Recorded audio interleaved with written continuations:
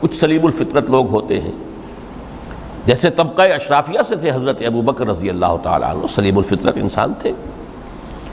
وہ کوئی غلاموں کے طبقے سے تو نہیں تھے، کوئی فقراء کے مساکین کے طبقے میں سے نہیں تھے، اونچے طبقے میں سے تھے،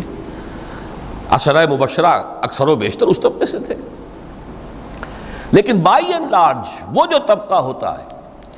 یا تو وہ اپنے جبر اور استبداد کا تخت جو ہے جما کر بیٹھا ہوا ہے لوگوں کی گردنوں کے اوپر، پولیٹیکل ریپریشن ہے،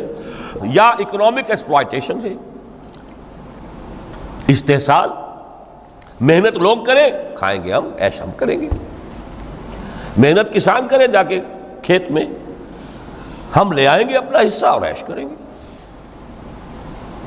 یا کوئی سوشل ڈسکریمنیشن ہے، یہ اونچا ہے یہ نیچا ہے، یہ تو پیدا ہی ہوا ہے شودر، یہ اس سے نکل ہی نہیں سکتا، اور یہ پیدا ہوا برہمن،